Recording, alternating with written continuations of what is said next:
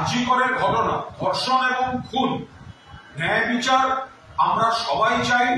মাননীয় মুখ্যমন্ত্রী মমতা বন্দ্যোপাধ্যায়ও চান, অভিষেক বন্দ্যোপাধ্যায়ও চান, এবং পুলিশ সেই মতো তদন্ত করছিল, একজনকে গ্রেফতার করেছে 12 ঘন্টার মধ্যে।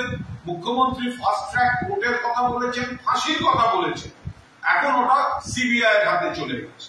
তো মুখ্যমন্ত্রীও বলেছিলেন সিবিআই এর হাতে দিলে কোনো আপত্তি নেই, কিন্তু মাননীয় সাংসদ সুখেন্দু শেখর রায় তার পোস্টে যেভাবে পুলিশ কমিশনারের গ্রেফতার দাবি করেছেন, পুলিশ কমিশনারকে কাস্টোডিয়াল ইন্টারোগেশন অর্থাৎ সিবিআই পুলিশ কমিশনারকে গ্রেফতার করুক এবং জেরা করুক, এই দাবির তীব্র বিরোধিতা করছি। কারণ পুলিশ কমিশনার বিনীত গোয়েল তিনি সংবাদ পাওয়ার পর, খবরটা পাওয়ার পর দ্রুততার সঙ্গে যথাযথ ব্যবস্থা নিয়েছেন, পদক্ষেপ নিয়েছেন, এবং সেইখানে 12 ঘন্টার মধ্যে গ্রেফতার হয়েছে।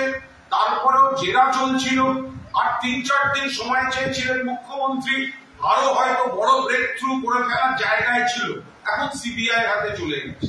সেই জায়গায় সুখেন্দু বাবু সিনিয়র, আমাদের সকলের শ্রদ্ধেয় নেতা, তার আবেগ, তার উদ্বেগ নিশ্চয়ই, কিন্তু তাই বলে পুলিশ কমিশনারের গ্রেফতার চাই এবং হেফাজতে নিয়ে জেরা চাই, এটা একটা অযৌক্তিক দাবি এবং এই দাবি বিরোধিতা করছি।